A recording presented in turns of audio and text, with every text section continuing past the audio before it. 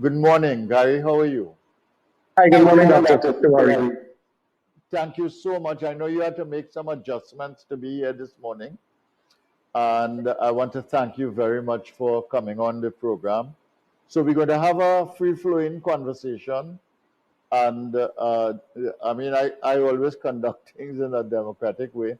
So, I'm going to let you have your say. I will ask you questions that I feel are necessary for the public to know and understand better, and we will proceed that way. So tell me a little bit. You are leading the National Transformation Alliance, and you are in a coalition with the UNC for the purposes of the local government election. Tell me a little bit about how you are proceeding with the campaign, what's happening on the campaign, and what kind of progress you sense that you are making. Sure. Sure. So, So, you hear you me hear okay? me? Yes. Yeah, very, I'm very getting well. an echo when I When I speak. speak. I'm We hearing can myself. actually hear you very clear, sir. I don't know, but when I'm speaking, I'm still hearing myself. But that's okay. Let me proceed then. You, Dr. Tiwari, will know more than most that the situation of a coalition, this started in 1986.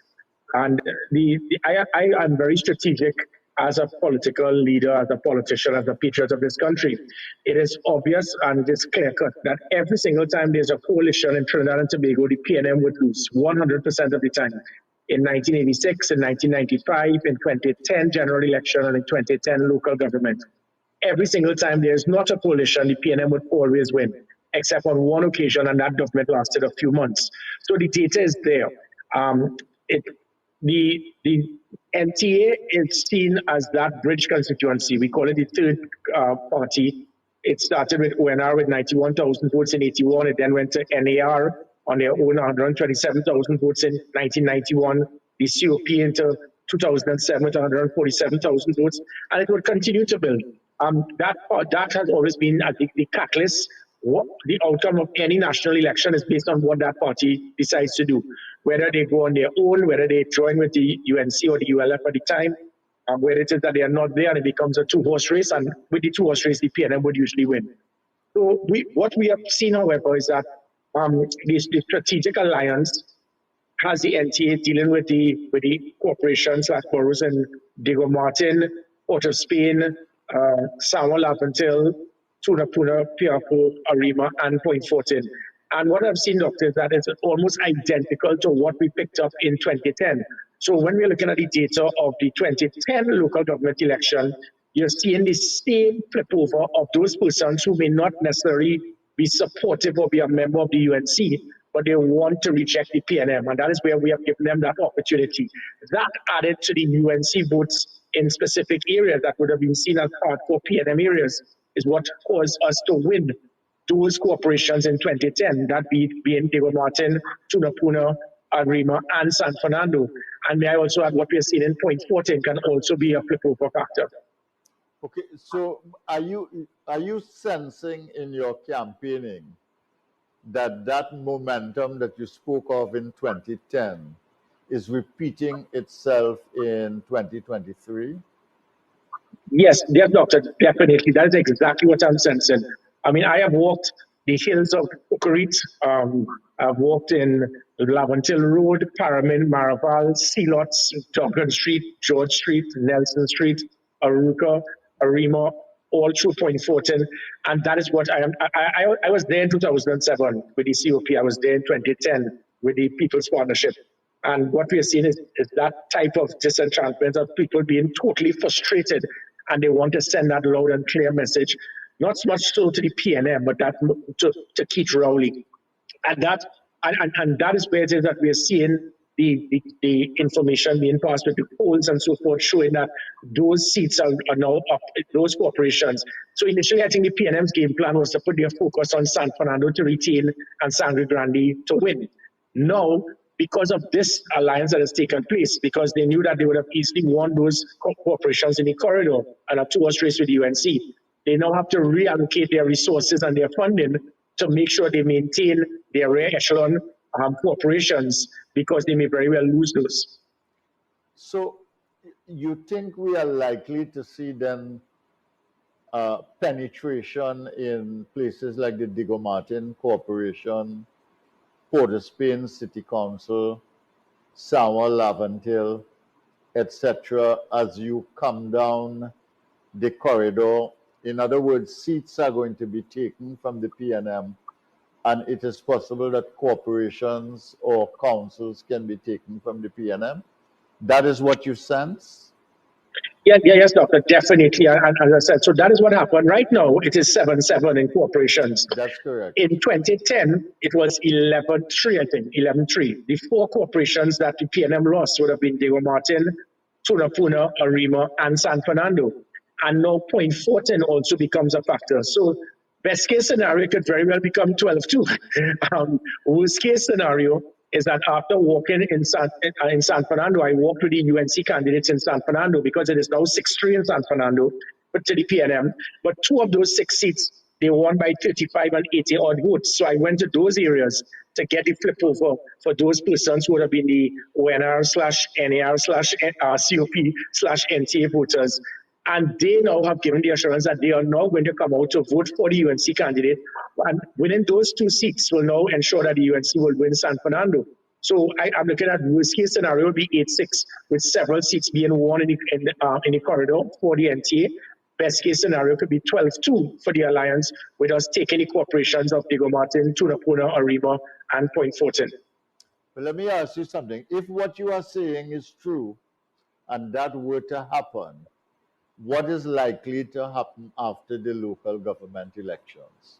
Yeah, I was hoping you would ask that, Doctor. And I think you may have been around in 1983. So after the ONR in 1981, that third constituency understood the dynamics of the politics. You have 91,000 votes, you didn't get a seat because of how our constitution is structured. There was then a strategic alliance in the 1983 local government election where the ONR took specific seats that were PNM stronghold and the ULF kept their seats in the other areas. And it proved to be effective. That was used as a platform to build a good working relationship of a strategic alliance to form the NAR for the 1986 general election. So my intention is to operate in the same manner, use this as an avenue to build some degree of a foundation to ensure that there's good collaboration, good communication, and mutual respect and trust between the parties to have this local government election used not just to win and defeat the PNM, but more so to build that foundation to ensure that in 2025 general election, we can move from there. So my intention is just from August the 15th, start working with the other political parties who are not part of this, because this is not about UNC and the NTA. This is about trying to unite Trinidad and Tobago. It is something that Basio Pandey continued to push for even when it was the 1818 in 2001. And this one, there are several parties of substance that I see that they can play, the individuals in those parties can play a very strategic role in the next government in 2025. And I go the concept, Doctor, that the whole is greater than the sum of the parts.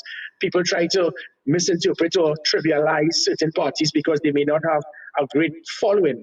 But the individuals in the party, being part of a strategic alliance, working alongside, not under the NT or for the NT, but with the NT, us being equal partners, then working with the UNC.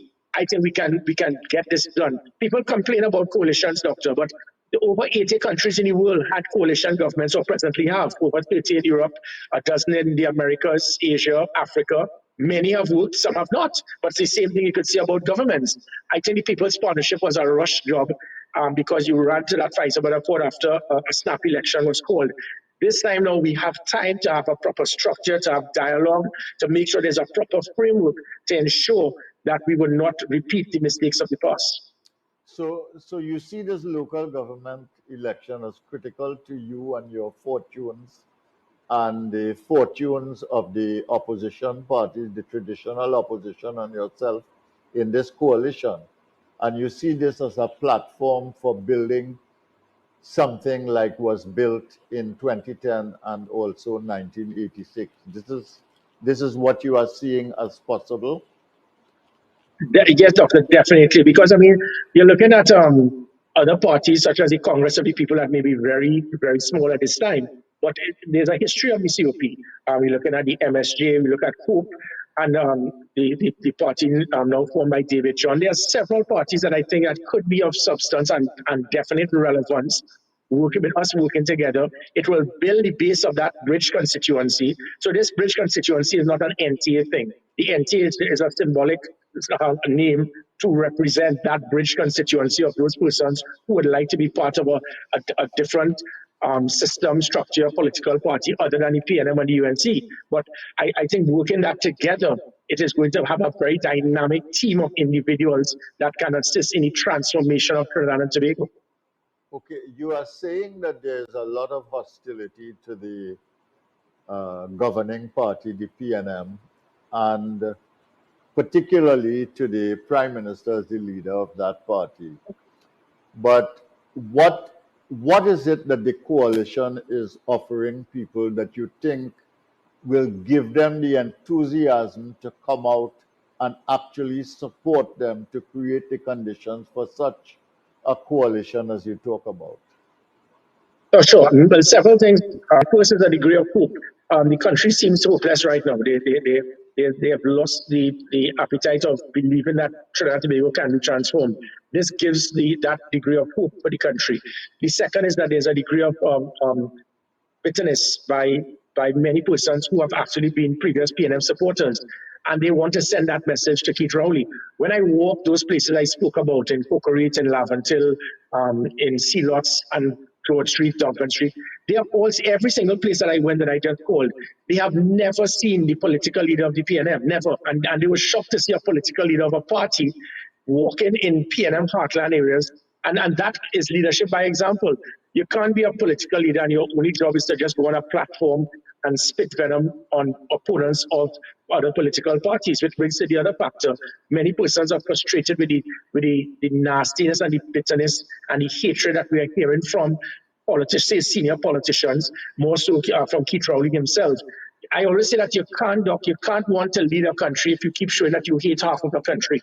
It is the right of anyone to support whichever party they want. But you go on a platform and all you do is to spit hatred, venom, division, and dare I say, even to the verge of wanting us of looking at civil war. When you speak his later comment about asking the country, telling the country that you're giving guns to one race to kill another. In other countries in the world, that could be treason. That an election could be called based on a prime minister making a statement like that, but it's become the norm. And what we have seen is that the public want change. They want to take away the hatred, the bitterness. They want to see Trinidad and Tobago united. Just as much, the same way it is there's been an absence of leadership by the political leader never being around those areas. They have, every single place I went, we asked the question, when last have you seen that PNM council? And they would have said 2019. So they know that there's been an absence of persons pulling up their sleeves and doing the job. Gary Griffith has put it into myself. It will give me the opportunity to transform many of the corporations in improving the status of their security. So the perception that local government election is just about box trains and roads being fixed. No, it is about leadership. It is about management. It is about putting a structure, and it's about serving people and making yourself accessible, which is what many of the citizens in that East-West corridor have claimed, that there's no accessibility, far less being able to get in contact with persons that have these concerns rectified. What is the message that you are giving to the population that is resonating the most as you do your walks through the constituency? That degree of belief that politicians can serve, that politicians will not disappear after you get them into office. Believe that not every politician is corrupt. Believe that we are willing to work hard and serve you. And that is resonating because people would have seen how I operated as the Commissioner of Police. As a Commissioner of Police, I was very accessible, not just to the media, but to every single citizen. Which crazy person in public office will give his phone number to every single person who wanted to contact him? And by me walking the streets, as I said, of Sealots, Paramin Hills, Caranage, George Street, Nelson Street, Aruca, Trinity, Arima, Point Fortin, San Fernando, they've never seen someone as a political leader in those areas doing that. So they believe that if this man could do this now, we have seen how he operated as a commissioner. He will be everywhere with those persons on the ground. It is leadership by example. And because of that, that is what is resonating to many who are saying, look, we want to give them a chance, even though this has been a PNM area. We have realized we have been sidelined, we have been discredited, we have been ignored. And if he is going to be on the ground like this at this time, we expect that he will ensure that our councillors will also do the same. And that is what is causing the flip over vote. Let me ask you something. I mean, when you talk just now, it's clear that you think that leadership is a factor, notwithstanding that this is a local government elections in which people want to have their community problems solved, like garbage and roads and drains and so on. So leadership is a factor. What do you think is the most decisive factor in people determining whether they are going to vote for the PNM candidates in this local government elections, or whether they're going to vote for a candidate opposed to the PNM, like somebody from the NTA or somebody from the UNC or somebody from one of the other parties? What is going to be the most decisive factor in that? And what is likely to be the decisive factor that says, I am going to vote or I stay in home? Yeah, you're correct. I did get that because, I I'm mean, not going hearing into. you. Yeah. You We need to you get hear, you. Yeah. Right, Great. right. Welcome back. Okay, great. hear me now? Yes, Yeah, sir. very good. Yeah. Yeah, you're correct, Doctor, because I did get that. Within the PNM heartland areas that I spoke about, especially Diego Martin, Port of Spain, San Laventil, Tunapuna, Arima, and Point Fortin, the persons who would have been previous PNM voters till they die, you're getting about 40% of them stating that they're not going to vote. Because they will, to them, sometimes voting for parties is no longer a cult, it's a cult. And you say, I have to vote for this party. But many of them are just frustrated and they are not going to vote because of how there's been lack of representation by the PNM. The others have decided that yes, they're going to give us the chance. They may not have done it for the UNC in those heartland areas because there's been that it has been infiltrated into them with that degree of bitterness. But they are willing to give the chance to the NTA, being that bridge constituency. And the main thing, which is very strange, is that even though you're correct, Doctor, this is a local government election. You will think it's about box drains and bridges and roads and lights and water. Strange enough, the 99 out of 10 persons we speak to, the concern is crime. So, and you may think that it is that way, that this is a local government election. Where does crime come in this? But the walks that I said, I've met tens of thousands of people. I've just been walking. And everywhere we go, it is that 90%, it is the concern of crime. So this has become a very strange type of local government election. It is not an ordinary local government election. And I think because of that, you're going to get a much higher turnout. It may not be the 60% order you get in a general, but it's definitely not going to be that mid-30s that you will see in local government. And this concern of crime is what you keep getting. And it is not to believe that local government election is something that crime is not supposed to be a subject matter. Hearing the Prime Minister state that the other night, it shows his concern by him keep pushing the envelope of saying this is a local government election and they keep dealing with other issues. He wants to trivialize the situation with crime, but that is what these citizens, the voters, are speaking about everywhere I go. And they want to know that if it is we vote to ensure that the cooperation is won by the NTA/UNC, would you now have the opportunity to assist us, assist our communities, our neighborhood by doing the things that you would have done as commissioner to make us safer? And the answer is yes. So even though I may not be in government, but controlling a corporation gives me the opportunity to revamp the municipal police. It gets me to provide operational plans and tools for certain neighborhoods, getting them to work with the business sector to whether it be use of a CCTV to have operational centers. There's a lot that can be done from a local government perspective level to reduce crime. But that has been the main topic from the voters. Okay. You've given an idea of what is likely to happen with the NTA if you and the coalition with the UNC were to win the local government elections. You said that that will become the foundation for a larger and broader alliance. What would happen, Gary? And I know this is a hard question. What would happen if the coalition loses and the PNM wins to the Well, NTA? Yeah. Yes, yeah. And again, you have to be a realist. I mean, yes, we have seen the polls. There's one scientific poll that we have seen so far. One, I mean, we have seen polls by other agencies, and it has NTA flying because, but people who usually do those polls, they don't actually vote. Where it's almost identical to 2007. Sorry, 40% each was PNM slightly ahead of the UNC, 42% to 40%.